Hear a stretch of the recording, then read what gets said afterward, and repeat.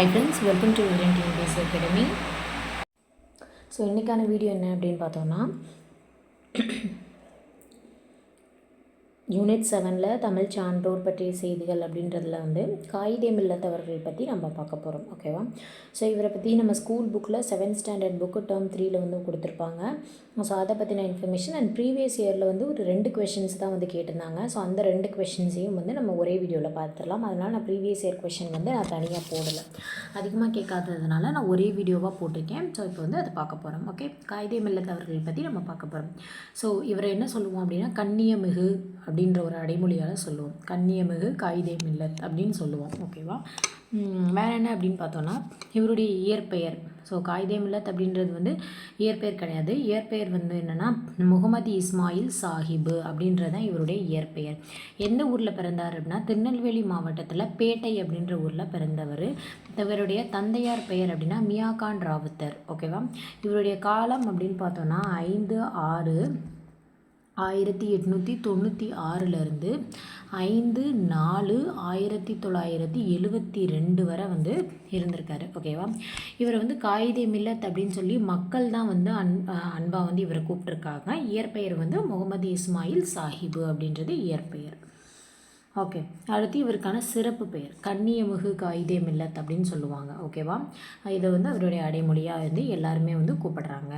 அதுக்கப்புறம் இந்த காயிதே மில்லத் அப்படின்றதுக்கான ஒரு பொருள் என்ன அப்படின்னு பார்த்தோன்னா இது ஒரு அரபு சொல். காயிதே மில்லத் அப்படின்றது என்ன சொல்லுன்னு கேட்கலாம், அதனால் நோட் பண்ணிக்கோங்க. அரபு சொல். இந்த சொல்லுக்கு தமிழில் என்ன பொருள் அப்படின்னா சமுதாய வழிகாட்டி அப்படின்றது தான் இதற்கான பொருள். ஓகேவா? அடுத்து கொள்கை என்னென்ன, இவருடைய கொள்கை என்னென்னா காந்தியடிகளை பின்பற்றியவர். ஒத்துழையாமை இயக்கத்தில் நான் கோஆப்ரேஷன் மூமெண்ட் இருக்கு இல்லையா, ஸோ அதில் பங்கேற்றிருப்பார். இது ரொம்ப முக்கியம். ஓகேவா? அதுக்கப்புறம் ரொம்ப எளிமையானவர். அதாவது மணக்கொடை வரதட்சணைன்னு சொல்கிறோம்ல, அந்த திருமணங்களில் வரதட்சணை வாங்குறத மறுத்து பேசுகிறவர் இவர் தான், மறுப்பார். அடுத்து இவருடைய அரசியல் மற்றும் பொதுப்பணி. ஸோ அரசியல் அப்படின்னு பார்த்தோன்னா 1945 தமிழ்நாடோட முஸ்லீம் லீக் கட்சி இருக்குல்ல, ஆல் இந்தியா முஸ்லீம் லீக்னு சொன்னோமா, ஸோ அதில் தலைவராக இருந்திருக்காரு. 1945 முஸ்லீம் லீக் கட்சியோட தலைவராக இருந்திருக்காரு. அதுக்கப்புறம் 48 இந்திய யூனியன் முஸ்லீம் லீக்கோட தலைவராக நியமிக்கப்பட்டிருக்காங்க. இந்தியன் யூனியன், ஓகேயா, இந்தியன் யூனியன் ஒன்றியம் அப்படின்னு சொல்லலாம். யூனியன் முஸ்லீம் லீக்கோட தலைவராகவும் இவர் இருந்திருக்கார். அதுக்கப்புறம் இந்த ஆல் இந்தியா முஸ்லீம் லீக் இருக்கல, இதுக்கான ஒரு மாநாடு முதல் மாநாடு சென்னையில் தான் நடைபெற்றிருக்கும். அப்போ இவர் தலைமையேற்று நடத்தியிருப்பார். அதுக்கப்புறம் என்னென்னா 1946 52 வரை சென்னை மாகாண சட்டமன்ற உறுப்பினராகவும் லெஜிஸ்லேட்டிவ் அசம்பிளியில் சென்னை உறுப்பினராகவும் எம்எல்ஏவாகவும் எதிர்க்கட்சி தலைவராகவும் பணியாற்றியிருக்கார். அந்த 46 52 பீரியடில். ஓகேவா? ஸோ இதையும் நல்லா பார்த்துக்கோங்க. வேறு என்ன அப்படின்னா பார்லிமெண்ட்ரி லெவலில் என்ன அப்படின்னு பார்த்தோன்னா இந்திய அரசியலமைப்பு நிர்ணய சபையோட உறுப்பினராகவும் இருந்திருக்காரு. ஓகே, ஒரு மெம்பராக இருந்திருக்காரு. 1952 58 வரை என்னென்னா மக்களவை மாநிலங்களவை ராஜ்யசபாவில் உறுப்பினராக இருந்திருக்காரு. 52 58 வரை. ஸோ இங்கே பாருங்கள், 46 52 வரை சென்னை மாகாண சட்டமன்ற உறுப்பினராகவும் எதிர்க்கட்சி தலைவராகவும் இருந்திருக்காரு. 52 58 வரை ராஜ்யசபாவில் மெம்பராக இருந்திருக்காரு. அடுத்து மக்களவை உறுப்பினர். இந்த ராஜ்யசபாவில் எத்தனை வருஷத்துக்கு ஒரு தடவை ரிட்டையர் ஆகிட்டே இருப்பாங்க அப்படின்னு மறக்காமல் கமெண்ட் பண்ணுங்கள். Polity question. அடுத்து மக்களவையோட உறுப்பினராக 62 67 71 இந்த 3 இதுலேயுமே ஓகேவா. லோக்சபாவில் மெம்பராக இருந்திருக்காரு. 62 67 71. ஓகேவா? ஸோ இப்போ அப்போ நடந்த அந்த தேர்தலில் கேரளா மாநிலம் மஞ்சரி மக்களவை தொகுதியில் போட்டி போட்டு நாடாளுமன்றத்திற்கு வைக்கார். ஓகேவா? வேறு என்ன அப்படின்னு பண்ணியிருக்காரு அப்படின்னா கல்வி சம்மந்தமாக என்ன பண்ணியிருக்காருன்னா தொழில்துறை இந்தியாவோட தொழில்துறை வளர்ச்சிக்கு ரொம்ப பெரிதும் ஒரு பங்காற்றியிருக்காரு. திருச்சியில் உள்ள ஜமால் முகமது கல்லூரி இவர் மூலமாக தான் தொடங்குற காரணமாக இருந்தவர் இவர் தான். கேரளாவில் ஃபரூக் கல்லூரி அப்படின்றதும் இவர் தொடங்கத்தான் காரணமாக இருந்தார். இவர் அரசியல் தாக்கம் என்ன அப்படின்னா 1967 நடைபெற்ற சென்னை மாநில சட்டமன்ற தேர்தலில் திராவிட முன்னேற்றக் கழக ஆட்சி பொறுப்பை வந்து கைப்பற்ற முக்கிய பங்கு வகித்தார். ஓகேவா, 1967. அப்போ அண்ணா வந்து இருந்த பீரியடில். ஓகேவா, அப்போ வந்துட்டு டிஎம்கேக்கு வந்து ஒரு அதை கைப்பற்றணும், ஆட்சியை கைப்பற்றுறதுக்கு ரொம்ப ஒரு பெரிய முக்கிய பங்காக இருந்திருக்கு இவருடைய இது. கல்வி அப்படின்னு பார்த்தோன்னா இவர் எங்கே படித்தார் அப்படின்னு பார்க்கலாம். ஸோ இவர் சின்ன வயசுலேயே வந்து திருநெல்வேலியில் மதுரை திரவியம் தாய்மானவர் இந்து கல்லூரி அங்கே வந்து படிச்சிருக்காரு. திருச்சிராப்பள்ளியில் உள்ள புனித வளனார் கல்லூரியிலையும் படிச்சிருக்காரு. அப்புறம் சென்னை கிறிஸ்துவ கல்லூரியில் வந்து உயர்கல்வி படிச்சிருக்காரு. ஓகேவா, ஸோ 3 இதையுமே பார்த்துக்கோங்க. கல்வி பணி. ஸோ இதில் திருச்சியில் ஜமால் முகமது கல்லூரி தொடங்கியிருக்காரு. கேரளாவில் ஃபரூக் கல்லூரி உள்ளிட்ட 14 கல்வி மையங்கள் வந்து தொடங்கியிருக்காரு. இதுக்கு அவர் தொடங்குறதுக்கு இவர் தான் காரணமாக இருந்திருக்காரு. அதுக்கப்புறம் வந்து கல்வி நிறுவனங்களை என்ன சொல்கிறாங்கன்னா, கல்வி மிகுந்திடில் கழிந்திடும் மடமை என்னும் முதுமொழிக்கு ஏற்ப உருவாக்கினார். ஓகேவா, ஸோ இதை வந்து இந்த கோட் நோட் பண்ணிக்கோங்க. கல்வி ஒன்றுதான் ஒட்டுமொத்த சமூக வளர்ச்சிக்கும் உறுதுணையாக இருக்கும் என எண்ணியவர் காயிதே மில்லத். படிப்பு ரொம்ப முக்கியம் அப்படின்னு சொல்லியிருப்பார். ஓகேவா, ஸோ இப்போ நம்ம வேறு என்னென்ன பார்க்க போகிறோம் அப்படின்னு பார்த்தோன்னா,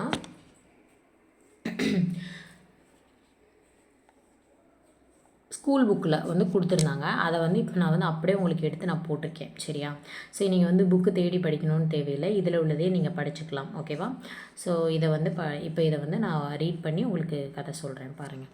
கண்ணியமிகு தலைவர். மக்களுக்கு வழிகாட்டியாக இருந்த தலைவர்கள் பலர். அவர்கள் ஒவ்வொருவரும் தமக்கே உரிய தனித்தன்மையான பண்புகளை முத்திரை பதித்துள்ளனர்.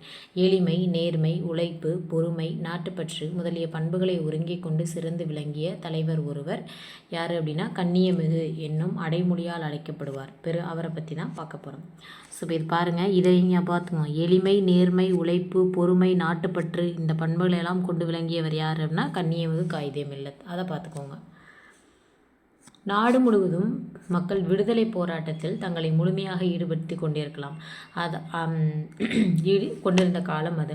ஓகேவா, அப்போ காந்தியடிகளோட ஒத்துழைமை இயக்கம் அறிவித்தோன்னே அதில் நிறைய இளைஞர்கள் எல்லாமே வந்து நிறைய பேர் கலந்து கொள்ளணும் அப்படின்னு சொல்லி காயிதே மில்லத் சொல்கிறாரு.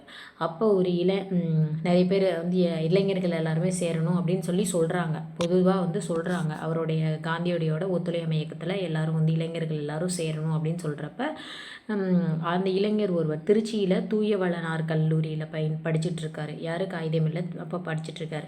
காந்தியடிகளோட வேண்டுகோளுக்கு சொன்ன இது வந்து அவருக்கு வந்து விடுதலை உணர்வை வந்து ஏற்படுத்துச்சு.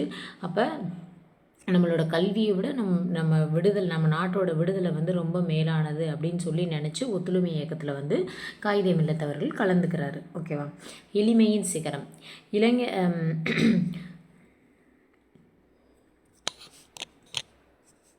அவர் தான் அப்படி ஒத்துழைமை இயக்கத்தில் சேர்ந்தவர் தான் பின்னால் ஒரு பெரிய அரசியல் தலைவராக இருக்கார். பொது நிகழ்ச்சியில் கலந்து கொள்கிறதுக்கு வந்து ஒரு தனியாக அவருக்குன்னு ஒரு தனி மகிழுந்தில் போக மாட்டார். தொடர் வண்டி, பேருந்து இந்த மாதிரி ஒரு பொது போக்குவரத்தில் தான் வந்து பயன்படுத்துவார். அவருக்குன்னு தனியாக எதுவுமே இது பண்ணிக்க மாட்டார். அப்படி அவருடைய ஃப்ரெண்டு ஒருத்தர் வந்து அவருக்கு வந்து மகிழுந்தை வந்து பரிசாக கொடுத்துருக்காரு. ஆனால் அவர் வந்து அதை ஏற்க மறுத்து, நான் வந்து தொடர் வண்டி இந்த மாதிரி பொது பேருந்துகளில் தான் நான் பயணம் செய்வேன் அப்படின்னு சொல்லி போயிட்டார். ஓகேவா,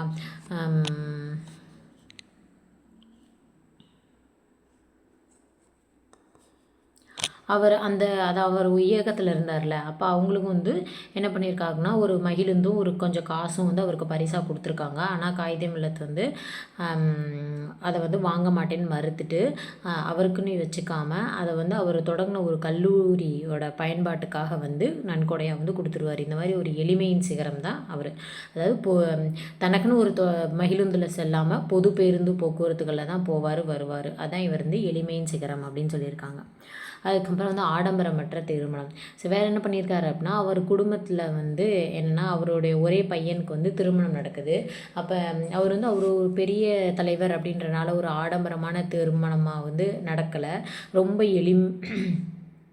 எளிமையாக தான் நடந்துச்சு. எந்த ஆடம்பரமும் இல்லாமல் எளிமையாக தன்னோட மகனோட திருமணத்தை வந்து நடத்தி முடித்தார். அதே மாதிரி பெண் வீட்டார்கிட்ட வந்து மணக்கொடை பெறுவது வந்து அந்த காலத்தில் வந்து ரொம்ப அதிகமாக இருந்துச்சு, வரதட்சணை வாங்குறது. அந்த மாதிரி அதனால என்ன பண்ணுவார்னா வரதட்சணையே வாங்காமல் அவங்க பையனோட திருமணத்தை வந்து நடத்துவார். அப்போ அதுக்கப்புறம் என்ன சொல்லுவார்னா, மணக்கொடை வாங்கும் திருமணங்களில் கலந்து கொள்ள மாட்டேன் அப்படின்னு சொல்லி வெளிப்படையாக வந்து சொல்லிடுவார். இது யாருன்னா காயிதே மில்லத். நேர்மை அப்படின்னு பார்த்தோம்னா என்னாகும் அப்படின்னா, அந்த காயிதே மில்லத் என்ன பண்ணுறாருனா, அவருடைய அலுவலகத்தில் வந்து ஒரு பணியாளரை கூப்பிட்றாரு. அவர்கிட்ட போய் ஒரு கவரும் வந்து அந்த ஸ்டாம்பும் வந்து வாங்கிட்டு வாங்க அப்படின்னு சொல்கிறாரு. ஓகே, அந்த அஞ்சல் தலையை அந்த இதை வாங்கி இந்த உரையில் ஒட்டி அதை வந்து கொடுத்துருங்க அப்படின்னு சொல்கிறாரு. அப்போ அந்த பணியாளர் சொல்கிறாரு, ஐயா நம்ம ஆஃபீஸ்லேயே அஞ்சல் துறை வாங்கி வச்சுருக்கோம்ல, அதுலேருந்து ஒன்று எடுத்து ஒட்டிடுறேன் அப்படின்னு சொல்கிறாரு. அதுக்கு அந்த தலைவர் சொல்கிறாரு, இல்லை வேண்டாம், என்ன சொல்கிறேன், காயிதே மில்லத் வேண்டாம், நான் தனிப்பட்ட முறையில் அனுப்பும் கடிதம், அதனால் இந்த இயக்கத்தோட இதிலேருந்து எடுத்து எதையுமே பயன்படுத்துறது வந்து முறையாகாது அப்படின்னு சொல்லிடுவார். ரொம்ப ஒரு நேர்மையானவர் தான் காயிதே மில்லத். வேறு என்னென்னா மொழிக் கொள்கை. இந்திய விடுதலை பெற்ற பிறகு வந்து நம்ம நாட்டில் வந்து ஆட்சி மொழியை தேர்வு செய்வது தொடர்பாக வந்து பார்லிமெண்ட்டில் வந்து ஒரு கூட்டம் நடைபெறுது. அப்போது நிறைய பேர் என்ன சொல்கிறாங்கன்னா, அதிகமாக எந்த மொழி பேசுகிறோமோ அதை தான் வந்து நம்ம ஆட்சி மொழியாக அறிவிக்கணும் அப்படின்னு சொல்கிறாங்க நிறைய பேர். அப்போ இவர் என்ன சொல்கிறாருன்னா, பழமை வாய்ந்த மொழியை ஆட்சி மொழியாக தேர்ந்தெடுக்க வேண்டும் என்று நிறைய பேர் வந்து பரிந்துரை சொல்கிறாங்க. ஒரு சிலர் என்ன சொல்கிறாங்க, அதிகமாக பேசுகிற மொழி தான் எடுக்கணும். இன்னொரு என்ன சொல்கிறாங்க, ரொம்ப பழமை வாய்ந்த மொழி எதுவோ அதை தான் அப்படின்னு சொல்கிறாங்க. ஆனால் காயிதே மில்லத் என்ன சொல்வார்னா, பழமையான மொழிகளிலே ஒன்றைத்தான் ஆட்சி மொழியாக ஆக்க வேண்டும் என்றால் அது தமிழ் மொழி தான் என்று நான் உறுதியாக சொல்வேன் அப்படின்னு சொல்லுவார். ஓகேவா? ஸோ இந்த லைன் ஞாபகம் வச்சுக்கோங்க. பழமையான மொழிகளிலே ஒன்றைத்தான் ஆட்சி மொழியாக்க வேண்டுமென்றால் அது தமிழ் மொழிதான் என்று நான் உறுதியாக சொல்வேன் அப்படின்னு சொன்னவர் யார்? காயிதே மில்லத். இன்னும் விரிவாக சொல்லணும் அப்படின்னா, திராவிட மொழிகள் இந்த மண்ணிலே மொழி தான் அந்த மொழியிலே முதலாக பேசின ஒரு மொழிகள். அதில் மிகவும் ரொம்ப பழமையானது, இலக்கிய சிறப்புடையது எது அப்படின்னு பார்த்தோன்னா தமிழ் மொழி தான் நம்மளுடைய பழமையான மொழி. அதனால் தமிழ் மொழியை தான் வந்து ஆட்சி மொழி ஆக்க வேணும் அப்படின்னு சொல்லியிருப்பார். இந்த லைன் கீழே பாருங்கள், தமிழ் மொழியை தான் வந்து நம்ம ஆட்சி மொழி ஆக்க வேணும் அப்படின்னு சொல்லியிருப்பார். அடுத்து வந்து நாட்டுப்பற்று. அந்த தலைவரின் உள்ளத்தில் எப்போதும் நாட்டுப்பற்று மேலோங்கி இருந்தது. ரொம்ப நாட்டுப்பற்றோடு இருப்பார். இந்தியாவுக்கும் சைனாவுக்கும் இடையிலே வந்து இந்தோ சைனா வார் வந்து 1962 நடக்கிறப்ப வந்து தன்னுடைய ஒரே பையனை வந்து அந்த போருக்கு வந்து அனுப்புறதுக்கு வந்து ரெடியாக இருந்திருப்பார். ஓகேவா? ஸோ அப்போ வந்து நான் என்னோடய பையனை அனுப்புகிறேன் அப்படின்னு சொல்லி தகவல் வந்து யாருக்கு அனுப்புவார்னா, அப்போ இருந்த முதன்மை அமைச்சர் ஜவஹர்லால் நேரு அவர்களுக்கு வந்து கடிதம் எழுத்துவார். இந்தோ சைனா வாருக்கு என்னோடய பையனை நான் அனுப்புகிறேன் அப்படின்னு சொல்லியிருப்பார். ஓகேவா? போர் எப்போன்னு பார்த்துக்கோங்க, 1962. ஸோ இந்த மாதிரி சிறப்புகள் உடைய தலைவர் தான் யார் தெரியுமா அப்படின்னா, இந்த காயிதே மில்லத் அவர்கள். ஓகேவா? அவர் தான் கண்ணியமிகு காயிதே மில்லத். இயற்பெயர் முகமது இஸ்மாயில். ஆனால் மக்கள் அவரை அன்போடு காயிதே மில்லத் என்று அழைத்தனர். காயிதே மில்லத் என்னும் அரபு சொல்லுக்கு சமுதாய வழிகாட்டி என்று பொருள். அப்பெயருக்கேற்ப மக்களின் வழிகாட்டியாக திகழ்ந்தவர் தான் அவர். அரசியல் பொறுப்புகள். ஸோ அதுக்கு முன்னாடி இந்த குட்டி பாக்ஸ் பார்த்துடலாம் பாருங்கள். தலைவர்கள் 2 பேர் என்ன சொல்லியிருக்காங்கன்னா, அண்ணா என்ன சொல்லியிருக்காருன்னா, தமிழக அரசியல் வானில் கவ்வியிருந்த காருருளை அகற்ற வந்த ஒளிக்கதிராக காயிதே மில்லத் முகமது இஸ்மாயில் அவர்கள் திகழ்கிறார் அப்படின்னு சொன்னவர் அண்ணா. பெரியார் என்ன சொல்லியிருக்காரு, இப்படிப்பட்ட தலைவர் கிடைப்பது அரிது, அவர் நல்ல உத்தமமான மனிதர் அப்படின்னு சொல்லியிருக்காரு. ரொம்ப நோட் பண்ணிக்கோங்க. இந்த டைம் இந்த கொஷின் இதுகளில் ஏதாவது ஒன்று கேட்குறதுக்கான வாய்ப்புகள் அதிகம். ஓகேவா? அடுத்த அரசியல் பொறுப்புகள். இதெல்லாம் முன்னாடி நம்ம பார்த்தது தான்.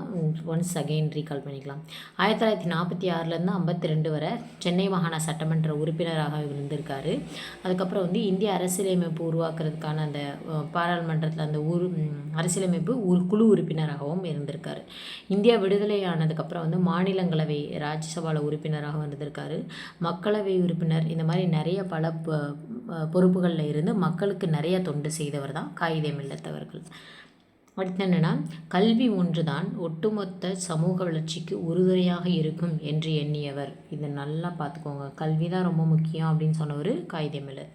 கல்வி மிகுந்திடில் கழிந்திடும் மடமை என்ற முதுமொழிக்கு ஏற்ப கல்வி நிறுவனங்கள் உருவாக்க நினைத்தார். நிறைய எஜுகேஷ்னல் இன்ஸ்டிடியூஷன்ஸ் வந்து நிறைய வந்து ஸ்டார்ட் பண்ணியிருக்காரு. ஜமால் முகமது கல்லூரி திருச்சியில் அவர் தான் தொடங்க காரணமாக இருந்திருக்காரு. கேரளாவில் ஃபரூக் கல்லூரி அவர் தான் தொடங்க காரணமாக இருந்திருக்காரு. தொழில்துறை அப்படின்னு பார்த்தோம்னா, மிகச்சிறந்த தொழில்துறை அறிவு பெற்றிருந்தவர். இந்திய நாட்டின் கனிம வளங்களை பற்றி நாடாளுமன்றத்தில் எடுத்துரைப்பார். இப்படி இதுவும் கேட்கலாம். கனிம வளங்களை பற்றி நம்ம இந்திய நாட்டோட கனிம வளங்களை பற்றி நாடாளுமன்றத்தில் எடுத்துரைத்த நபர் யார் அப்படின்னு கேட்டாங்கன்னா காயிதே மில்லத். இதனால் வந்து இந்திய அரசு வந்து கனிம வளங்களை பயன்படுத்தும் பல்வேறு திட்டங்கள் வந்து நடைமுறைக்கு கொண்டு வந்தாங்க.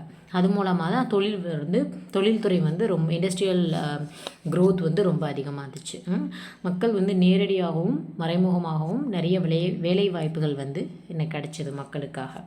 அப்போ இந்த மாதிரி தலைவர்கள் பலராலும் பாராட்டப்பட்ட பண்பாளர் அவர். எல்லாரிடமும் வேறுபாடு இல்லாமல் எளிமையாக பழகும் தன்மை கொண்டவராக விளங்கியவர். தன் வாழ்நாள் முழுவதும் சமய நல்லிணக்கத்தை பேணி வந்தவர். இந்த பாயிண்ட்டையும் நோட் பண்ணி வச்சுக்கோங்க. தன் வாழ்நாள் முழுவதும் சமய நல்லிணக்கத்தை பேணி வந்தவர் யார் அப்படின்னு கேட்கலாம். இந்த மாதிரி சிறப்புமிக்க தலைவர்களோட பெருமைகளை அறிந்து போற்றுவது தான் நம்மளுடைய கடமை அப்படின்னு சொல்கிறாங்க. ஓகேவா? ஸோ இந்த லெசன் முடிஞ்சுது. ஓகேவா? ஸோ ஒன்ஸ் நல்லா கோத்ரூ பண்ணிக்கோங்க, நல்லா ரீட் பண்ணிக்கோங்க. வேறு என்ன அப்படின்னு பார்த்தோன்னா, அரசு செய்த சிறப்புகள். என்னென்னா, நாகப்பட்டினம் மாவட்டத்திற்கு காயிதே மில்லத் நாகப்பட்டினம் மாவட்டம் அப்படின்னு சொல்லி தமிழக அரசு வந்து பெயர் வச்சுருக்காங்க. இவருடைய நினைவாக தமிழக அரசு சென்னையில் வந்து ஒரு மணிமண்டபம் வந்து 2003 வந்து கட்டியிருக்காங்க. ஓகே, இது பாருங்கள், ப்ரீவியஸ் இயரில் கேட்ட கொஷின் என்ன கேட்டிருக்காங்கன்னு பாருங்கள். காயிதே மில்லத் அவர்கள் மகிழுந்தில் பயணம் செய்வதை விரும்பாதவர், ஏனெனில் அவர் எளிமையை விரும்பியவர். ஸோ இது வந்து சரியான இணைப்பில் வந்து கேட்டிருக்காங்க. இவரை பற்றி இருக்கனால இதை இங்கே எடுத்திருக்கோம். இது வந்து புக் பேக்கில் இருந்த ஒரு கொஷின். இந்த கொஷின் வந்து அப்படியே புக் பேக்கில் இருக்கும். அதை வந்து அப்படியே கேட்டிருக்காங்க.